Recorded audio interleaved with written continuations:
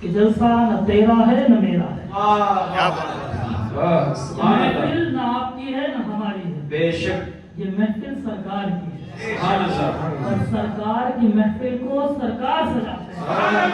سبحان اللہ سبحان اللہ۔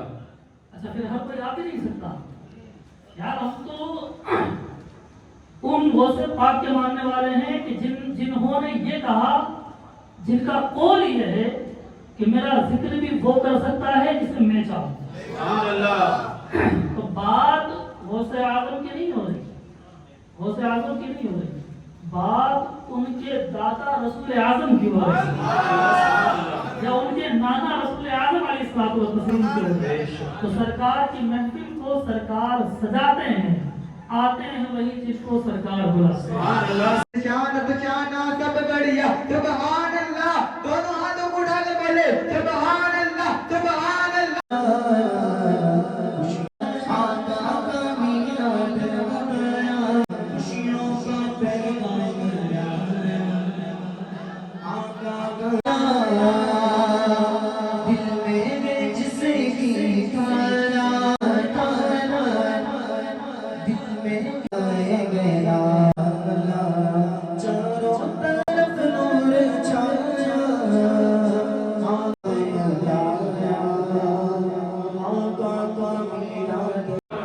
نعرہ تکبیر، نعرہ رسالت، نعرہ رسالت۔ سبحان اللہ سبحان اللہ۔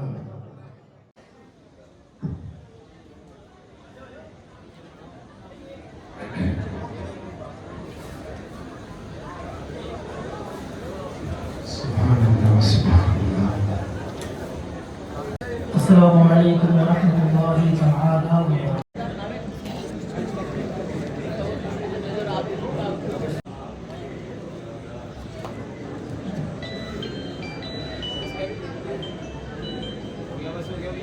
تو گزارے تھے کفر کی تاریخیاں دور ہو گئی، ہدایت کے چراغ روشن ہو گئے، ہر طرف شرک مٹ گیا، اسلام کا پرچم بلند ہو گیا۔ ہاں یہی مربی ہیں جن کے آنے کے اوپر اللہ نے قرآن میں کہا تھا قل جاء الحق وزهق الباطل ان الباطل كان زهوقا۔ محبوب بتائیے دنیا والوں کو کہ حق آیا، باطل مٹ گیا، اور باطل کو مٹنا ہی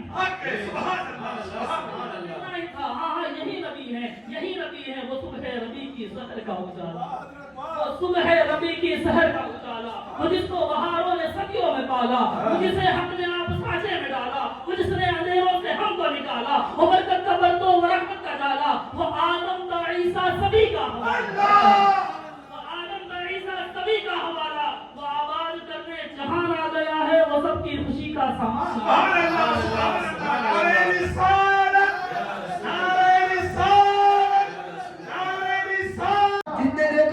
اس نے کہا مکھ چند بدن شاشانی ہے، مت چمکت لہو میں جان اکھا، جان اکھا کے جان جہان اکھا، سجا کھڑ رب دی نشان اکھا، جس شان تو شانہ سب بڑھیا سبحان اللہ، دونوں ہاتھوں کو اٹھا کے بولے سبحان اللہ سبحان اللہ۔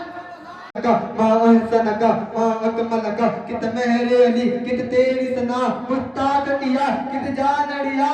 ارے یہ کسی نے لکھا، امام نے جب سرکار کو نہیں دیکھا تو لکھا مصطفیٰ جان رحمت پہ، کمیں بزن ہدایت پہ، شہر یار حرم تاجدار حرم نوبہار شفاعت پہ لاکھوں سلام، جس طرف اٹھ گئی دم میں دم آ گیا، اس نگاہ عنایت پہ لاکھوں سلام۔ امام نے سرکار کو نہیں دیکھا تب یہ کلام لکھا، جب امام مدینہ گئے رات میں آنکھیں بند ہوئی، سرکار جب امام نے کہا کہ سرکار آپ کو کلام تو لکھوں گا لیکن آج بن دیکھے نہیں لکھوں گا، آپ کو دیکھ کر لکھوں گا۔ سرکار امام احمد رضا نے کلام لکھنا شروع کیا، وہ سورہ لال ہزار پھرتے ہیں، تیرے دلے بہار پھرتے ہیں، پورا کلام لکھ دیا۔ سرکار کا دیدار نہیں ہوا، پھر کہا اس گلی کا گدا ہوں میں جس میں مانگتے تاجدار پھرتے ہیں، مانگتے تاجدار پھرتے ہیں، سارے پردے اٹھ گئے،